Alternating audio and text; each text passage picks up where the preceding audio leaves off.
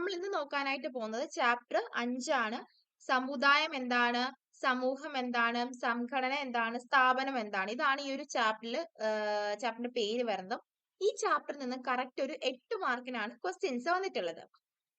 എന്തൊക്കെ ക്വസ്റ്റ്യൻസ് ആണെന്ന് ചോദിച്ചാൽ 2 ക്വസ്റ്റ്യൻസേ ചോദിച്ചിട്ടുള്ളൂ 6 വർഷമായിട്ട്. ഒന്ന് കമ്മ്യൂണിറ്റിയും അസോസിയേഷനും തമ്മിലുള്ള ഡിഫറൻസ്. അതായത് കമ്മ്യൂണിറ്റി എന്ന് വെച്ച് കഴിഞ്ഞാൽ നമ്മുടെ സമുദായം എന്തോന്നാണ്, സ്ഥാപനങ്ങൾ എന്തോന്നാണ്, ഇവർ തമ്മിലുള്ള ഡിഫറൻസ് എന്താണ്, അതേപോലെ തന്നെ കമ്മ്യൂണിറ്റി എന്ന് വെച്ചാൽ എന്തോന്നാണ്, അതിന്റെ എക്സാമ്പിൾസ് എഴുതുക. ഇതാണ് ചോദിച്ചിട്ടുള്ളത്. അപ്പൊ നമ്മൾ ഈ ഒരു ചാപ്റ്ററിൽ നിന്നും അസോസിയേഷനും കമ്മ്യൂണിറ്റീസും നല്ല രീതിയിൽ പഠിച്ചു വെക്കാനായിട്ട് നോക്കുക. വേറെ ഒന്നും പഠിക്കാൻ പറ്റിയില്ലെങ്കിൽ. ഓക്കെ, അപ്പൊ കമ്മ്യൂണിറ്റി എന്ന് വെച്ചാൽ എന്തോന്നാണ്, നമ്മൾ ഒന്നാണ് എന്ന വികാരത്തോട് കൂടിയിട്ട് ഒരു നിശ്ചിത പ്രദേശത്ത് ജീവിക്കുന്ന ജനങ്ങളുടെ കൂട്ടത്തെയാണ് നമ്മൾ എന്തെന്ന് പറയുന്നത്, കമ്മ്യൂണിറ്റി എന്ന് പറയുന്നത്. അപ്പോൾ നമ്മൾ ഒന്നാണ് എന്ന മനോഭാവത്തോട് കൂടിയിട്ട് നമ്മൾ എന്താണ്, ഒരു നിശ്ചിത പ്രദേശത്ത് ജീവിക്കുന്ന ജനങ്ങളുടെ ഒരു കൂട്ടത്തിനെ നമ്മൾ എന്തെന്ന് പറയുന്നു, കമ്മ്യൂണിറ്റി എന്ന് പറയുന്നു. ഓക്കെ, അതാണ് കമ്മ്യൂണിറ്റിയുടെ മീനിങ് എന്ന് പറയുന്നത്. ഓക്കെ, പിന്നെ കമ്മ്യൂണിറ്റിയും അസോസിയേഷനും തമ്മിലുള്ള ഡിഫറൻസ് എന്താണെന്ന് ചോദിച്ചു കഴിഞ്ഞാൽ, രണ്ടാമത് നമുക്ക് അസോസിയേഷനിലേക്ക് പോകാം. അസോസിയേഷൻ എന്ന് വെച്ച് കഴിഞ്ഞാൽ എന്താണ്, ഒരു പ്രത്യേക ലക്ഷ്യത്തോട് കൂടിയിട്ട് രൂപീകരിക്കുന്ന ഒന്നാണ് അസോസിയേഷൻ എന്ന് പറയുന്നത്. അസോസിയേഷൻ എന്ന് പറയുമ്പോൾ എന്താണ്, ഒരു ഹ്യൂമൻ ഗ്രൂപ്പ് ആണെന്നാണ് പറയുന്നത്. അപ്പൊ എന്താണ്, അസോസിയേഷന് പൊതുവായിട്ടുള്ള ഇൻട്രസ്റ്റും കാര്യങ്ങളും ഉണ്ട്. മാത്രമല്ല എന്താണ്, അവിടെ അസോസിയേഷന്റെ അകത്ത് എന്താണ്, പൊതുവായിട്ടുള്ള റൂൾസും റെഗുലേഷൻസും ഉണ്ട്. എല്ലാ ആളുകൾക്കും എന്ത് ചെയ്യാൻ പറ്റില്ല, അസോസിയേഷനിൽ മെമ്പർ ആവാനായിട്ട് പറ്റത്തില്ല. ഓക്കെ, അപ്പൊ നമ്മുടെ കമ്മ്യൂണിറ്റി എന്ന് വെച്ചാൽ എന്തോന്നാണ്, കമ്മ്യൂണിറ്റി എന്ന് വെച്ചാൽ ഒരു പ്രത്യേകമായിട്ടുള്ള ഒരു നിശ്ചിതമായിട്ട് രൂപീകരിക്കപ്പെട്ട സ്ഥലത്തായിരിക്കും കമ്മ്യൂണിറ്റി കാണപ്പെടുന്നത്. കമ്മ്യൂണിറ്റി എന്ന് പറയുമ്പോൾ എന്താണ്, വളരെ ചെറുതായിട്ടുള്ള ഒന്നാണ്. കമ്മ്യൂണിറ്റിക്ക് എക്സാമ്പിൾസ് ഏതൊക്കെയാണ്, നമ്മുടെ നൈബേഴ്സ് വരുന്നു, അതേപോലെ തന്നെ ഫ്രണ്ട്സ് ഗ്രൂപ്പ്സ് തുടങ്ങിയിട്ടുള്ള കാര്യങ്ങളൊക്കെയാണ് എന്തിന് എക്സാമ്പിൾ, നമ്മുടെ കമ്മ്യൂണിറ്റിയുടെ എക്സാമ്പിൾ ആയിട്ട് വരുന്നത്. അപ്പൊ ഇത്രയും കാര്യങ്ങളൊന്ന് നോക്കി വെക്കുക. എന്താണ് കമ്മ്യൂണിറ്റി, എന്താണ് അസോസിയേഷൻ, ഇത് പഠിച്ചു വെച്ചിട്ട് വേണം എക്സാമിന് പോകാനായിട്ടുള്ളത്. ഇനി വളരെ ഇമ്പോർട്ടന്റ് ആയിട്ടുള്ള ചാപ്റ്റേഴ്സിലേക്കാണ് ഇനി പോകാൻ പോകുന്നത്. ചാപ്റ്റർ 6 സാമൂഹിക സംഘങ്ങൾ. 26 മാർക്കിന് ഈ ഒരു ചാപ്റ്ററിൽ നിന്ന് ക്വസ്റ്റ്യൻസ് വന്നിട്ടുണ്ട്. അപ്പൊ എന്താണ്, ഇങ്ങനെ വരുമ്പോ നമ്മൾ ഈ ഒരു ചാപ്റ്റർ ഒരിക്കലും എന്ത് ചെയ്യാൻ പാടില്ല, സ്കിപ്പ് ചെയ്യാനായിട്ട് പാടില്ല. 26 മാർക്കിൽ നിന്ന് ചോദിച്ചിട്ടുണ്ട്. ആദ്യം ചോദിച്ച ക്വസ്റ്റ്യൻ എന്ന് പറയുമ്പോൾ എന്താണ് സാമൂഹികമായിട്ടുള്ള ഗ്രൂപ്പ്, സോഷ്യൽ ഗ്രൂപ്പ്. ഇത് 2 തവണ 2 മാർക്കിന് ചോദിച്ചിട്ടുണ്ട്. അപ്പം എന്താണ് സാമൂഹിക ഗ്രൂപ്പ് എന്ന് ചോദിച്ചു കഴിഞ്ഞാൽ, രണ്ടോ അതിലധികമോ വ്യക്തികൾ തമ്മിൽ എന്താണ് പരമായിട്ടുള്ള ഒരു പ്രവർത്തന ശൈലിനെയാണ് നമ്മൾ സാമൂഹിക ഗണം എന്ന് പറയുന്നത്. അപ്പം രണ്ടോ അതിലധികമോ വ്യക്തികൾ ചേർന്നിട്ട് എന്താണ്, ഒരുമിച്ച് പ്രവർത്തിക്കുന്ന ഒരു പ്രവർത്തന ശൈലിനെയാണ് നമ്മൾ എന്തെന്ന് പറയുന്നത്, സാമൂഹിക ഗണങ്ങൾ എന്ന് പറയുന്നത്. അപ്പൊ നമുക്കറിയാം, സാമൂഹ്യ ഗണത്തെ നമുക്ക് എന്ത് ചെയ്യാം, 3 ആയി തരംതിരിക്കാം. പ്രൈമറി ഗണം, ദ്വിതീയ ഗണം, തൃതീയ ഗണം, ഇങ്ങനെ 3 ആയിട്ട് നമുക്ക് തരംതിരിക്കാം. അതിൽ ചോദിച്ചേക്കുന്ന ക്വസ്റ്റ്യൻ ആണ് എന്താണ് സെക്കൻഡറി ഗ്രൂപ്പ്. സെക്കൻഡറി ഗ്രൂപ്പ് എന്തോന്നാണ്, അല്ലെങ്കിൽ ദ്വിതീയ ഗണം എന്തോന്നാണ്, ഇത് എന്ന് വെച്ചാൽ വളരെ സൈസ് വളരെ കുറഞ്ഞതാണ്. അത് മാത്രമല്ല ദ്വിതീയ ഗണത്തിന്റെ അകത്ത് എന്താണ്, ആളുകളുടെ എണ്ണം വളരെ കുറവാണ്. ഈ ദ്വിതീയ ഗണം എന്ന് പറയുമ്പോൾ എന്താണ്, ചെറിയ ഇൻട്രസ്റ്റ് കാണും. അതായത് ഈ ഗണത്തിന്റെ അകത്ത് ചെറിയൊരു ഇൻട്രസ്റ്റ് കാണും. ഈ ഇൻട്രസ്റ്റ് കഴിഞ്ഞു കഴിഞ്ഞാൽ എന്ത് ചെയ്യും, നമ്മൾ ആ ഒരു ഗണത്തെ വിട്ടിട്ട് പോകുന്ന ഒരു പ്രവണതയാണ് ദ്വിതീയ ഗണം കാണിക്കുന്നത്. ഓക്കെ, പിന്നെ ചോദിച്ചേക്കുന്ന ഒരു ക്വസ്റ്റ്യൻ ആണ് ഈ ദ്വിതീയ ഗണത്തിന്റെയും പ്രാഥമിക ഗണത്തിന്റെയും ഡിഫറൻസ് എഴുതാനായിട്ട് ചോദിക്കുന്നത്. അപ്പം അങ്ങനെ ചോദിക്കുമ്പോഴും നിങ്ങൾ എഴുതാനായിട്ടുള്ളതെന്ന് വെച്ചാൽ, ഈ 2 ക്വസ്റ്റ്യൻസിൽ ക്യാരക്ടേഴ്സ് ഓഫ് സോഷ്യൽ ഗ്രൂപ്പ് ആയാലും ശരി, highlight between primary group and secondary group ആയാലും ശരി, നിങ്ങൾ ഈ 2 ക്വസ്റ്റ്യൻസിന്റെ ആൻസർ ഇങ്ങനെ എഴുതാം. ആദ്യം നിങ്ങൾ എന്ത് കൊടുക്കണം, എന്താണ് സാമൂഹ്യ ഗണം എന്ന് എഴുതണം. സാമൂഹ്യ ഗണം എന്ന് പറയുന്നത് രണ്ടോ അതിലധികമോ വ്യക്തികൾ തമ്മിൽ പരസ്പരപരമായിട്ടുള്ള പ്രവർത്തന ശൈലിനെ നമ്മൾ സാമൂഹിക ഗണം എന്ന് പറയുന്നു. ഈ സാമൂഹിക ഗണത്തെ നമുക്ക് 2 ആയി തരംതിരിക്കാം. ഒന്ന് പ്രൈമറി ഗണവും 2 ദ്വിതീയ ഗണവും. പ്രൈമറി ഗണം എന്ന് പറയുന്നത് സൈസ്, അതായത് വലിപ്പം കൊണ്ട് വളരെ കുറവാണ്. ഇവർക്കിടയിൽ ഗാഢമായിട്ടുള്ള ബന്ധം ഉണ്ടായിരിക്കും. വളരെ ലോങ് ടേം ആയിട്ടുള്ള ഒരു ഇന്ററാക്ഷൻ ആയിരിക്കും ഈ പ്രൈമറി ഗണത്തിന്റെ അകത്ത് വരുന്ന ആളുകൾ തമ്മിൽ. രണ്ടാമത് നമുക്ക് എഴുതാം ദ്വിതീയ ഗണം. ദ്വിതീയ ഗണം എന്ന് പറയുന്നത് എന്താണ്, വളരെ ലാർജ് സൈസ് ആയിരിക്കും. അതേപോലെ തന്നെ എന്താണ്, കുറച്ച് നാളത്തേക്ക് മാത്രമേ ബന്ധം കാണത്തുള്ളൂ. മാത്രമല്ല എന്താണ്, ഇവർക്ക് ഒരു സ്പെഷ്യൽ ഇൻട്രസ്റ്റ് കാണും.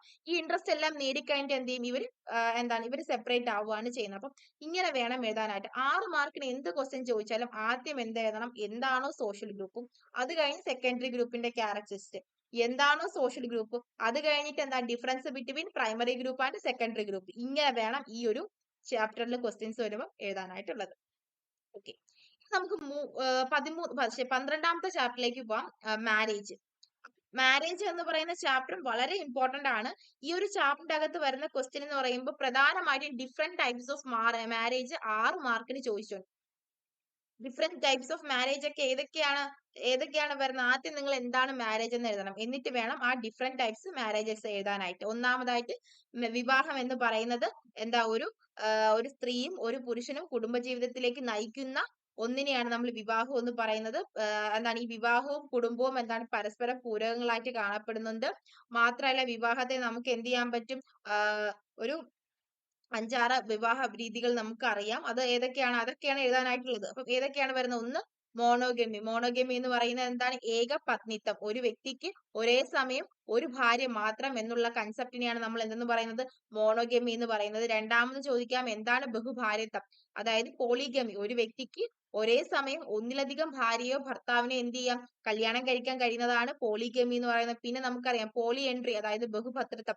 ഒരു സ്ത്രീക്ക് രണ്ടോ അതിലധികമോ പുരുഷന്മാരെ വിവാഹം കഴിക്കാൻ കഴിയുന്ന ഒരു വിവാഹ രീതിയാണ് എന്തെന്ന് പറയുന്നത്? പോളി എൻട്രി എന്ന് പറയുന്നത്. പിന്നെ അടുത്ത് എൻഡോഗമി സ്വകുല വിവാഹം. സ്വവംശത്തിൽ നിന്നും എന്താണ് കല്യാണം കഴിക്കുന്നതിനെയാണ് നമ്മൾ എന്തെന്ന് പറയുന്നത്? എൻഡോഗമി എന്ന് പറയുന്നത്. അപ്പൊ എക്സോഗമി എന്തോന്നാണ്? പരകുല വിഭാഗം.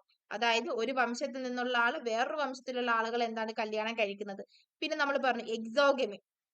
എക്സോഗമി എന്ന് വെച്ചാൽ ഒരു വംശത്തിൽപ്പെട്ട ആൾ എന്ത് ചെയ്യുന്നത്? അന്യവംശത്തിൽപ്പെട്ട ആളെ വിവാഹം കഴിക്കുന്നത്. പിന്നെ ആൻഡോമിയ. ആൻഡോമിയ എന്ന് പറയുന്ന അത് ഒരു വ്യക്തി അതായത് ഉയർന്ന ജാതിയിൽപ്പെട്ട മനുഷ്യൻ അല്ലെങ്കിൽ ഉയർന്ന ജാതിയിൽപ്പെട്ട പുരുഷൻ താഴ്ന്ന ജാതിയിൽപ്പെട്ട സ്ത്രീയെ വിവാഹം കഴിക്കുന്നത് അനുലോമ എന്ന് പറയും. പ്രതിലോമ എന്ന് പറയുമ്പോൾ എന്താ? നേരെ ഓപ്പോസിറ്റ്. താഴ്ന്ന ജാതിയിലുള്ള പുരുഷൻ ഉയർന്ന ജാതിയിലെ സ്ത്രീനെ വിവാഹം കഴിക്കുന്നതിനെ നമ്മൾ എന്തെന്ന് പറയുന്നു? പ്രതിലോമ എന്ന് പറയുന്നു. അങ്ങനെ 6 തരത്തിലുള്ള വിവാഹ രീതി നിങ്ങൾ എഴുതണം.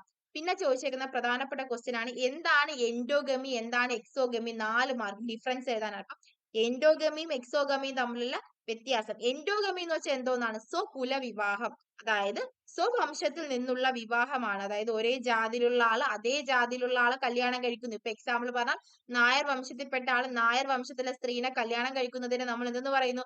സ്വകുല വിവാഹം അതായത് എൻഡോഗമി എന്ന് പറയുന്നു. അപ്പൊ പരകുല വിവാഹം എക്സോഗമി എന്ന് പറയുമ്പോൾ ഒരു വംശത്തിൽ നിന്നുള്ള ആള് അന്യവംശത്തിൽ നിന്നുള്ള ആളെ കല്യാണം കഴിക്കുന്നു. ഇപ്പോ എന്താണ് നായരിൽ നിന്നുള്ള ആൾ എന്താണ് വൈശ്യരിൽ നിന്ന് കല്യാണം കഴിക്കുന്നു. അല്ലെങ്കിൽ അതിലും താഴെ നിന്നുള്ള ആളുകളിൽ നിന്ന് കല്യാണം കഴിക്കുന്നതിനെ നമ്മൾ എന്തെന്ന് പറയുന്നു? എക്സോഗമി അല്ലെങ്കിൽ പരകുല വിവാഹം എന്ന് പറയുന്നു. അതാണ് 4 മാർക്കിന്റെ ക്വസ്റ്റ്യൻ. പിന്നെ പ്രധാനമായിട്ട് പിന്നെ പഠിക്കാനായിട്ടുള്ളത് നമ്മുടെ മുസ്ലിംസിന്റെ കാര്യമാണ്. അതായത് മുസ്ലിംസിന്റെ ഡിഫറെന്റ് ടൈപ്സ് ഓഫ് മാരേജസ്.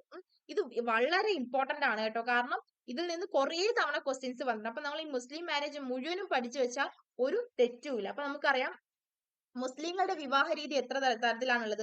4 തരത്തിലാണുള്ളത്. ഏതൊക്കെ? നിക്കാഹ്, മുത, ഫസിൽ, ബാത്തിൽ. അങ്ങനെ 4 തരത്തിലാണുള്ളത്. ഈ 4 തരത്തിനെ പറ്റിയിട്ട് എഴുതാനാണ് ചോദിച്ചേക്കുന്നത്. അപ്പൊ എന്താണ് ഒന്നാമത് വരുന്നത്? എന്താണ്? നിക്കാഹ്. നിക്കാഹ് എന്ന് പറയുമ്പോൾ എന്തോന്നാണ്? അതായത് മുസ്ലിം വംശത്തിലുള്ള ആളുകൾ ഏറ്റവും കൂടുതൽ സ്വീകരിക്കുന്നത് നിക്കാഹാണ്. അതായത് സ്ത്രീയുടെയും പുരുഷന്റെയും സമ്മതത്തോട് കൂടിയിട്ട് പുരോഹിതന്റെ സാന്നിധ്യത്തിൽ എന്താ നടക്കുന്ന വിവാഹത്തിനെ നമ്മൾ നിക്കാഹ് എന്ന് പറയുന്നു. ഇതിൽ ജനിക്കുന്ന കുട്ടിക്ക് എന്താണ്? പിതാവിന്റെ സ്വത്തിൽ പൂർണ്ണ അവകാശമാണുള്ളത്. രണ്ടാമത് വരുന്ന മുത. മുത എന്ന് വെച്ച് കഴിഞ്ഞാൽ എന്താണ്? ഒരു കാലാവധിക്കുള്ളിൽ എന്താണ്? അതായത് ഒരു കാലാവധി കോൺട്രാക്ട് മാരേജ് പോലെയാണ് മുസ്ലിങ്ങൾക്കിടയിൽ നടക്കുന്നത്. ഇതിൽ എന്തില്ല? പിതാവിന്റെ സ്വത്തിൽ മകൾക്ക് അവകാശമുണ്ട്. പക്ഷെ എന്തില്ല? ഭാര്യയ്ക്ക് അവകാശമില്ല. പിന്നെ വരുന്നത് ഫസിദ്. ഫസിദ് എന്ന് വെച്ച് കഴിയുമ്പോൾ എന്താണ്? ക്രമക്കേടുകൾ. മുസ്ലിം വിവാഹത്തിന്റെ അകത്ത് ക്രമക്കേടുകളോട് നടക്കുന്ന ഒരു വിവാഹ രീതിയാണ് ഫസിദ് എന്ന് പറയുന്നത്. ഈ ഫസിദ് എന്ന് പറയുമ്പോൾ നമുക്ക് ഒരാൾ 5ാമതായിട്ട് കല്യാണം കഴിക്കുന്നത്, 6ാമതായിട്ട് കല്യാണം കഴിക്കുന്നത്, അതൊക്കെയാണ് വരുന്നത്. പിന്നെ വരുന്നത് ബാറ്റിൻ എന്ന് വെച്ച് കഴിയുമ്പോൾ എന്താണ്? മുസ്ലിം വിവാഹത്തിന്റെ തത്വങ്ങൾ പാലിക്കാതെ നടക്കുന്ന ഒരു വിവാഹമാണ് ബാറ്റിൻ എന്ന് പറയുന്നത്. മനസ്സിലായോ? ഇത്രയും കാര്യങ്ങളാണ് എന്തിൽ വരുന്നത്? മുസ്ലിം വിവാഹത്തിന്റെ രീതിയിൽ വരുന്നത്. പിന്നെ അടുത്ത് നമ്മൾ പറഞ്ഞത് മുസ്ലിംസിന്റെ എന്താണ് 5 പില്ലേഴ്സ്. 5 പില്ലേഴ്സ് ഏതൊക്കെയാണ് വരുന്നത്? ഒന്നെന്ന് പറയുമ്പോൾ എന്താണ്? റംലാൻ മാസത്തിൽ നമസ്കരിക്കുക, ഒരൊറ്റ ദൈവത്തെ മാത്രമേ ആരാധിക്കാൻ പാടുള്ളൂ. അങ്ങനെയുള്ള കുറച്ച് മുസ്ലിംസിന്റെ കുറച്ച് ഫിലോസഫീസ് നമ്മൾ പഠിച്ചിട്ടില്ലേടാ.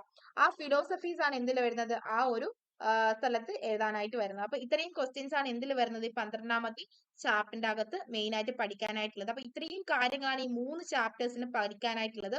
ഈ 3 ചാപ്റ്റേഴ്സിൽ എന്താണ്? ഈ 12ാമത്തെ ചാപ്റ്റർ വളരെ ഇമ്പോർട്ടന്റ് ആണ്. 6ാമത്തെ ചാപ്റ്ററും വളരെ ഇമ്പോർട്ടന്റ് ആണ്. മനസ്സിലായോ?